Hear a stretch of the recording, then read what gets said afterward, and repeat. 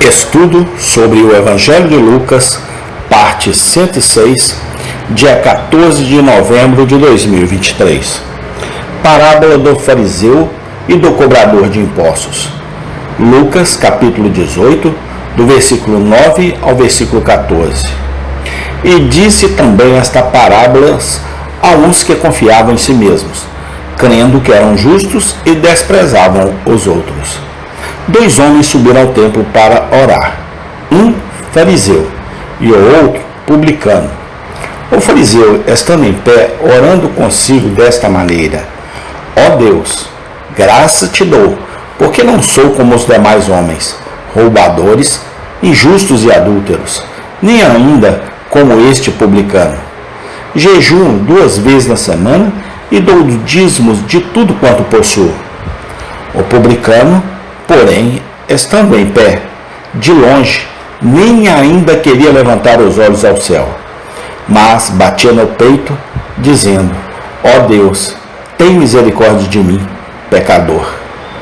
Digo-vos que este desceu justificado para sua casa, e não aquele, porque qualquer que a si mesmo se exalta, será humilhado, e qualquer que a si mesmo se humilha, será exaltado. Lucas 18, 9 e 14. A parábola que agora lemos está intimamente ligada à que precede imediatamente. A parábola da viúva perseverante ensina o valor da importunação na oração. A parábola do fariseu e cobrador de impostos ensina o espírito que deve permear nossas orações. A primeira parábola nos encoraja a orar e nunca desistir. A segunda parábola nos lembra como de que maneira devemos orar. Ambas as parábolas devem ser frequentemente ponderadas por todo cristão verdadeiro. Observemos, em primeiro lugar, o pecado contra o qual nosso Senhor Jesus Cristo nos adverte nestes versículos. Não há dificuldade em descobrir isso. Lucas nos diz expressamente que ele contou esta parábola a alguns que estavam confiantes em sua própria justiça e desprezavam todos os outros. O pecado que nosso Senhor denuncia é a justiça própria. Todos nós somos naturalmente hipócritas, e a doença da família de todos os filhos de Adão. Do mais alto ao mais baixo, pensamos mais de nós mesmos do que deveríamos. Nós secretamente nos gabamos de que não somos tão ruins quanto alguns e que temos algo para merecer o favor de Deus. Esquecemos o testemunho claro das Escrituras. Todos nós tropeçamos de muitas maneiras. Certamente não há um homem justo na terra que faça o bem e nunca peque. O que é o homem para que ele possa ser puro, ou um nascido de mulher para que ele possa ser justo? Não há ninguém justo, nem mesmo um. Tiago 3:2, Eclesiastes 7:20, Jó 15:14, Romanos 3:10. A verdadeira cura para a justiça própria é o autoconhecimento. Uma vez que os olhos de nosso entendimento sejam abertos pelo Espírito, e não falaremos mais de nossa própria bondade. Uma vez que vejamos o que há em nossos próprios corações e o que a santa lei de Deus requer, a presunção morrerá. Poremos a mão na boca e clamaremos com o leproso: imundo, imundo. Levítico 13:45. Observemos, em segundo lugar, nesses versículos, a oração do fariseu que nosso Senhor condena. Lemos: ele disse: Deus, eu te agradeço porque não sou como os outros homens, pecadores, injustos, adúlteros ou mesmo como este cobrador de impostos. Jejuo 2 vezes na semana. Dou o dízimo de tudo o que possuo. Um grande defeito se destaca na face desta oração. Um defeito tão gritante que até uma criança pode marcá-lo. Não exibe nenhum senso de pecado e necessidade.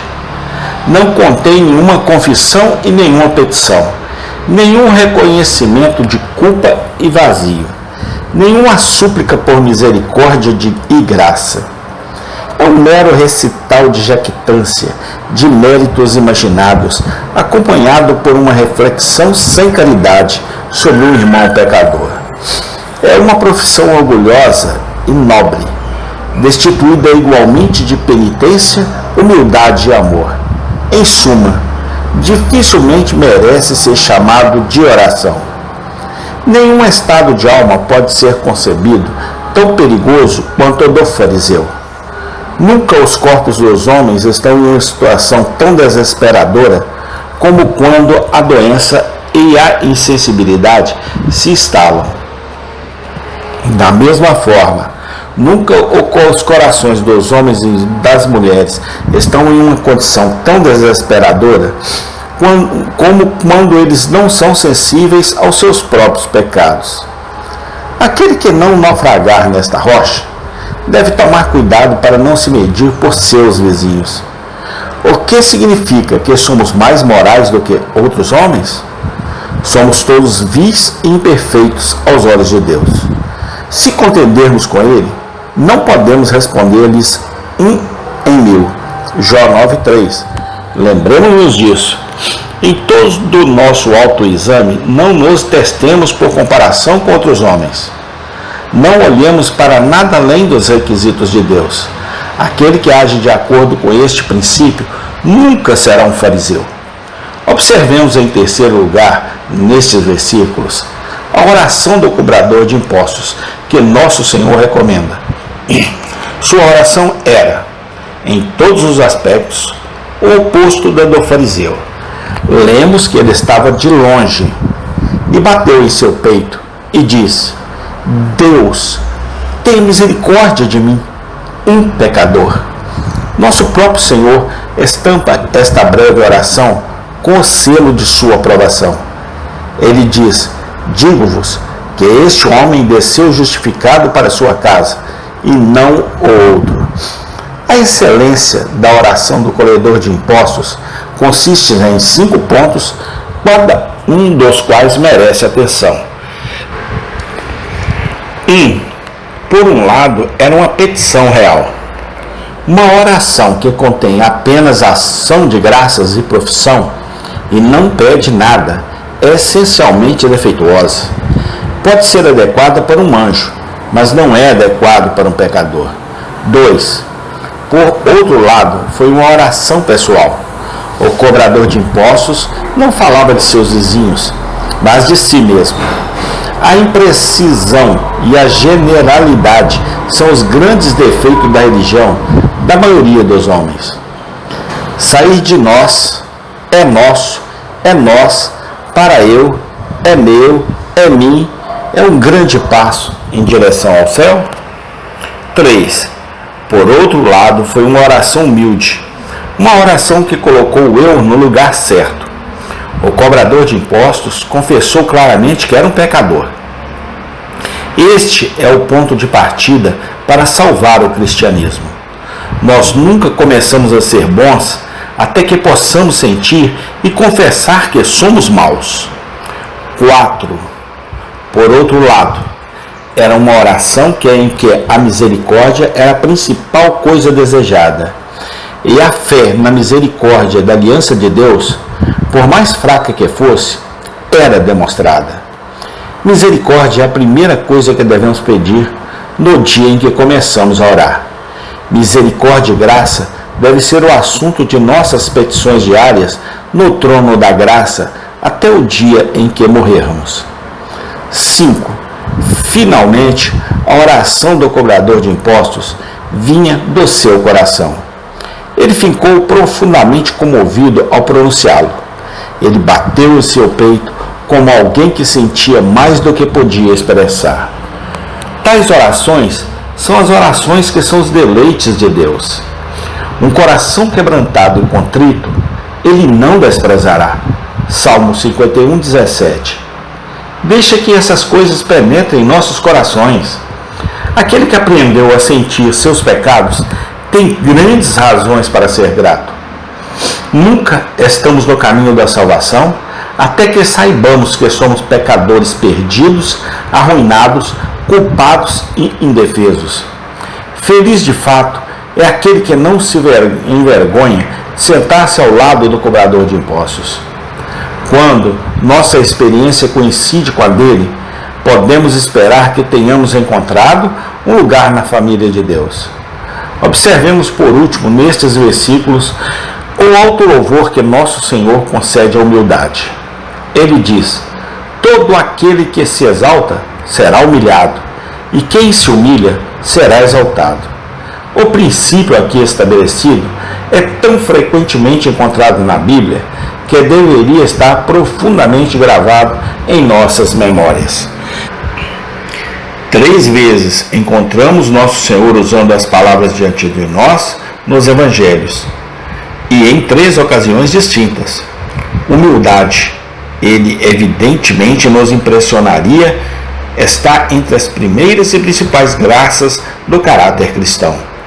Foi uma graça principal em Abraão, Jacó, Moisés, Davi, Jó, Isaías e Daniel. Deve ser uma graça principal em todos os que professam servir a Cristo. Nem todo o povo do Senhor tem dinheiro para dar. Nem todos são chamados para pregar, escrever ou ocupar um lugar de destaque na igreja. Mas todos são chamados a ser humildes. Uma graça, pelo menos, deve adornar o crente mais pobre e inculto. Essa graça é humildade. Deixemos toda a passagem com um profundo senso do grande encorajamento que ela proporciona a todos os que sentem seus pecados e clamam a Deus por misericórdia em nome de Cristo. Seus pecados podem ter sido muito grandes. Suas orações podem parecer fracas, vacilantes, desconexas e pobres. Mas que eles se lembrem do cobrador de impostos e tomem coragem.